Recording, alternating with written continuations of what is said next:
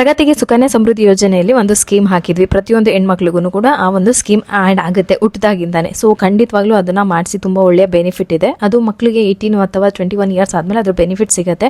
ನಾವು ಏನು ಮಾಡಿದ್ವಿ ಅಂತಂದರೆ ಡೈರೆಕ್ಟಾಗಿ ಅಕೌಂಟ್ ಮಾಡಿಸಿದ್ವಿ. ಡೈರೆಕ್ಟಾಗಿ ಕ್ಯಾಶ್ ತೊಗೊಂಡೋಗಿ ಕ್ಯೂ ಅಲ್ಲಿ ನಿಂತ್ಕೊಂಡು ಪೇ ಮಾಡ್ಬೋದಾಗಿತ್ತು. ಅದ್ರ ಜೊತೆಗೆ ಒಂದು ಪೋಸ್ಟ್ ಆಫೀಸ್ ಆ್ಯಪ್ ಇದೆ, IPPB ಅಂತ. ಆ ಆ್ಯಪಲ್ಲಿ ನೀವು ಅಕೌಂಟನ್ನು ಓಪನ್ ಮಾಡಿಸ್ಕೊಳ್ಳಿ. ಪೋಸ್ಟ್ ಆಫೀಸಲ್ಲಿ ಮಾಡಿಸಿದಾಗ್ಲೇ ಅಕೌಂಟು. ಸೊ ಅದರಿಂದ ನೀವೇನಂದರೆ ಮನೆಯಲ್ಲೇ ಆ್ಯಪ್ ಮುಖಾಂತರ ಪೇ ಮಾಡ್ಬೋದು, ಅಲ್ಲಿಗೆ ಹೋಗೋ ಅವಶ್ಯಕತೆ ಇರೋದಿಲ್ಲ. ಇನ್ನು ಕಣ್ಣು ತುಂಬಾ ಸ್ಟ್ರೈನ್ ಆಗ್ತಾ ಇತ್ತು ಫೋನ್ನ ಎಡಿಟಿಂಗಿಗೆ ಅಂತ ಜಾಸ್ತಿ ನೋಡಿ.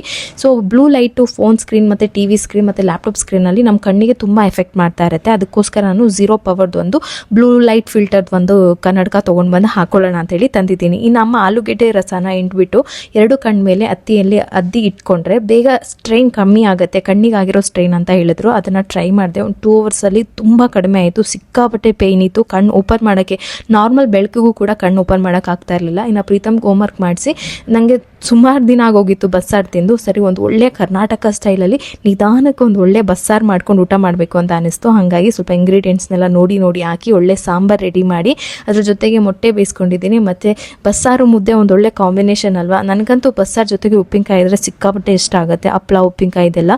ಸೊ ಒಂದು ಒಳ್ಳೆ ಅಡುಗೆ ಮಾಡಿಕೊಂಡು ಊಟ ಮಾಡಿದೆ.